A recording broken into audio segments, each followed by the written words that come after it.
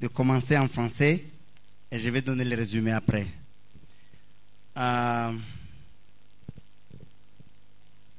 Monsieur le coordonnateur, Monsieur le Corda, distingués invités. Le thème qui a été retenu, c'est honorer les victimes, rechercher la justice, la paix et lutter contre le déni du génocide contre les Tutsis en RDC. Nous célébrons aujourd'hui,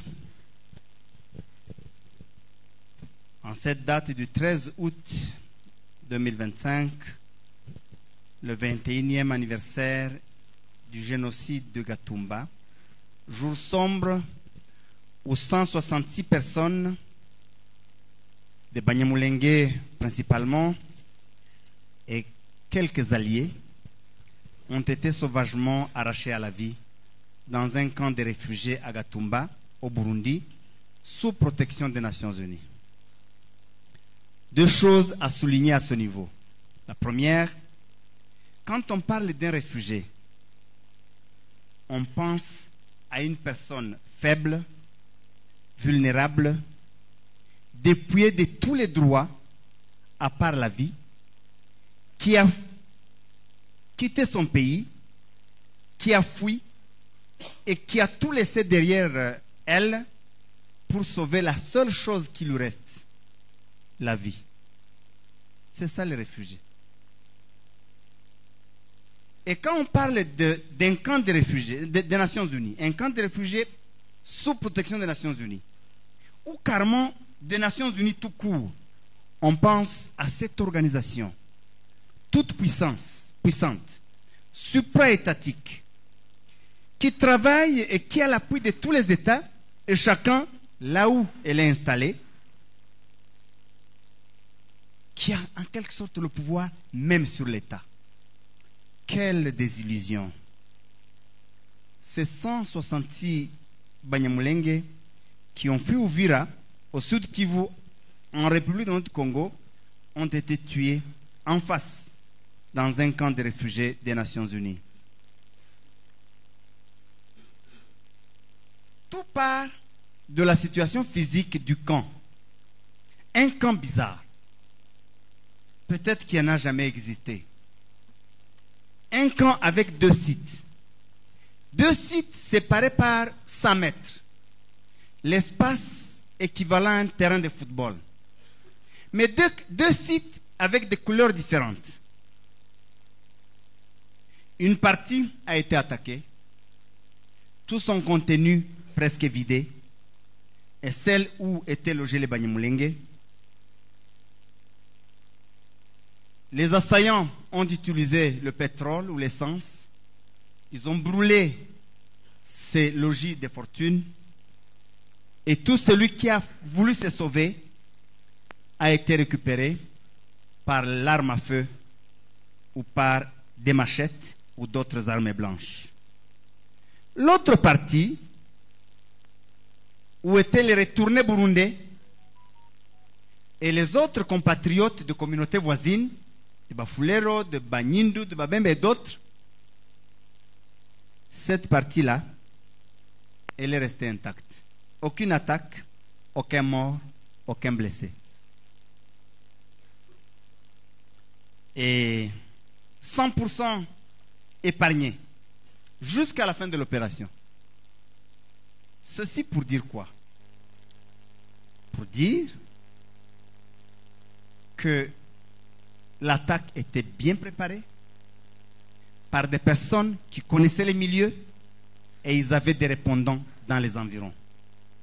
Quand la maman a parlé d'un Burundais qui a dit Ngo umutego wafashe, c'est pour dire le piège a pris. Lui était au courant, d'autres aussi.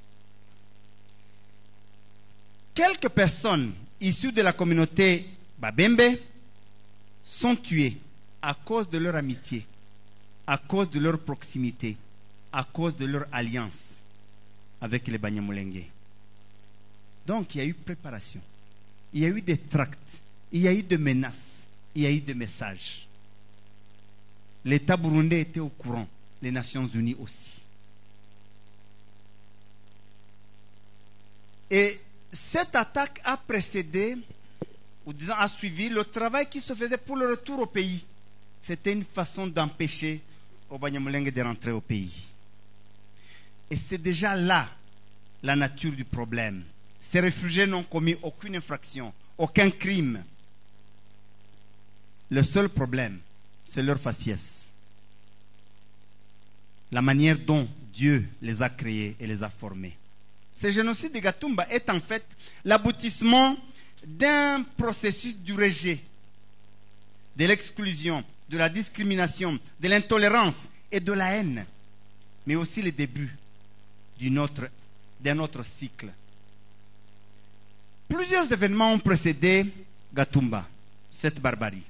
Les villages entiers ont été rasés à Gatongo, à Kirumba, quand je naissais, en 64, en 65, en 66, lors de la rébellion mouléliste. Des villages entiers ont été rasés.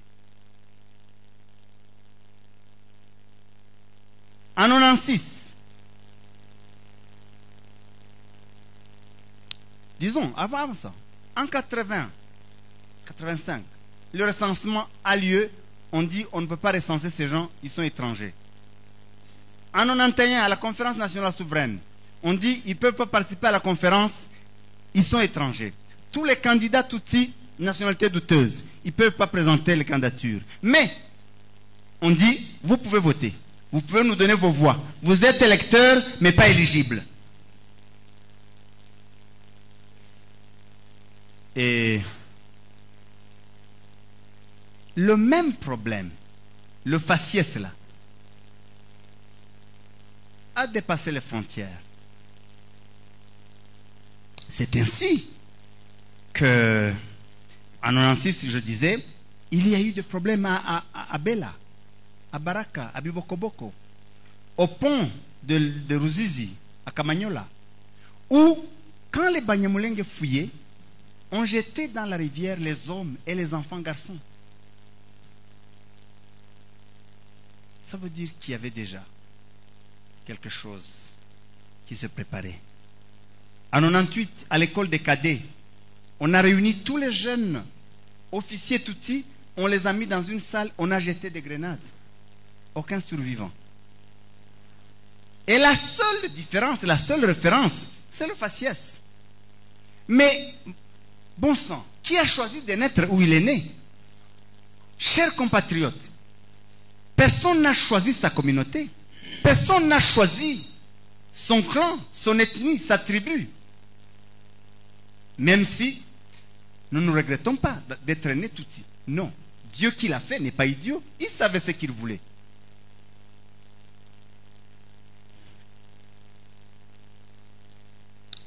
C'est en fait cette même réalité de phénotype, de la haine, qui a été la base du génocide au Rwanda. C'est le génocide des Tutsis. On suivait toujours la forme de la tête. On suivait toujours ce que Dieu a fait des gens. Et c'est cette même base, le faciès, qui était à la base du massacre des Tutsis du Nord Kivu, à Mudende, le 10 décembre 1997. Un camp de réfugiés, ici, dans les environs, à l'ouest du Rwanda, où il y avait 17 000 Tutsis congolais du Nord Kivu, réfugiés, qui ont fui. Et qui ont fui les Interahamwe, qui ont fui les génocidaires. Les génocidaires contre lesquels notre gouvernement zaïrois de l'époque n'a pas protégé les Tutsis, il les a livrés. Ils ont fui. Arrivés là-bas, les mêmes génocidaires ont traversé clandestinement. Ils en ont tué minimum, je crois que c'est dans les 327, pratiquement 327 tués et 267 blessés. Nous sommes en 97. Et les événements ont continué jusqu'à celui de Gatumba.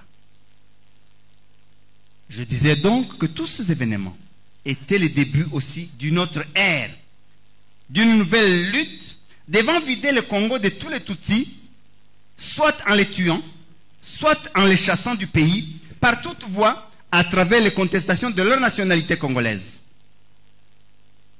En 2004, à ce jour, les Tutsis congolais, les Tutsis du Nord Kivu et les Banyamulenge du Sud Kivu consacrent leur temps, leur force, leur énergie, leur intelligence et moyens à lutter contre l'extermination, l'épuration ethnique et l'apatridie.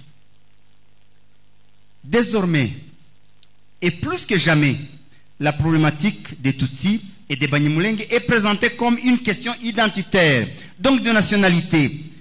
Et on dit, mais est-ce que vous vous êtes regardé dans les miroirs? Comment vous pouvez dire que vous êtes Congolais? Comme si la nationalité est une affaire de la forme du visage. C'est comme si la nationalité est un problème de la couleur de la peau.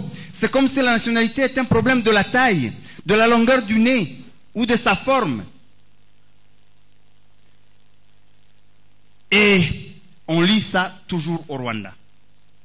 Mais en réponse à ça, j'ai 4 vérités que je voudrais qu'on retienne. La première vérité, les Banyamulenge et les Tutsis du Nord Kivu, de Rutshuru, de Masisi et autres localités sont des Congolais d'origine et authentiques, selon l'histoire et la loi. Ils ne sont ni demandeurs, ni bénéficiaires d'une certaine nationalité qu'on leur octroie ou leur octroyait par la bienveillance, par la tolérance, ou même par pitié d'une certaine autorité. Nos ancêtres étaient installés sur nos terres avant que le Congo ne soit, avant que le Congo n'existe, avant le partage de l'Afrique, avant l'arrivée de l'homme blanc. Il y en a qui ont bougé, comme tous les mouvements migratoires, mais il y en a qui n'ont pas bougé. On a juste tracé les lignes derrière leur maison. On fait quoi? Si, à la conférence de Berlin, on a décidé que la frontière passe derrière votre maison, on fait quoi? Quelle est notre faute? Quelle est notre responsabilité?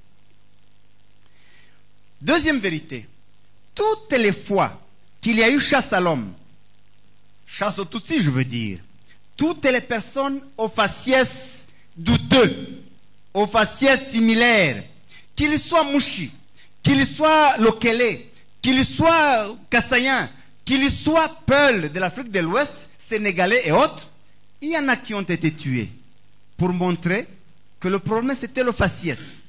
Ce n'était pas quelqu'un qui a commis un crime. Et ils ont été tués. Alors que des réfugiés Hutus du Rwanda, des réfugiés Hutus du Burundi, que ce soit de 72 ou de 93 au Burundi, que ce soit même les FDLR, les génocidaires du Rwanda de 94, ils sont reçus, tolérés, que dis-je, acceptés, intégrés comme des frères, et personne ne s'en plaint. Quel drame! Troisième vérité, dans tous les cas, chers frères et sœurs congolais, nous vivrons ensemble. Bien ou mal, il n'y a pas de vaccin contre cela. Le seul vaccin, c'est décider de bien vivre ensemble. Vivre ensemble, ce n'est pas négociable. Nous vivrons ensemble. Comment bien vivre ensemble? Cela est négociable. Qu'est-ce que chacun de nous peut faire pour que l'autre vive bien? Ça, c'est négociable. Mais vivre ensemble, nous vivrons ensemble, ici. D'ailleurs, pas seulement entre nous, les bananes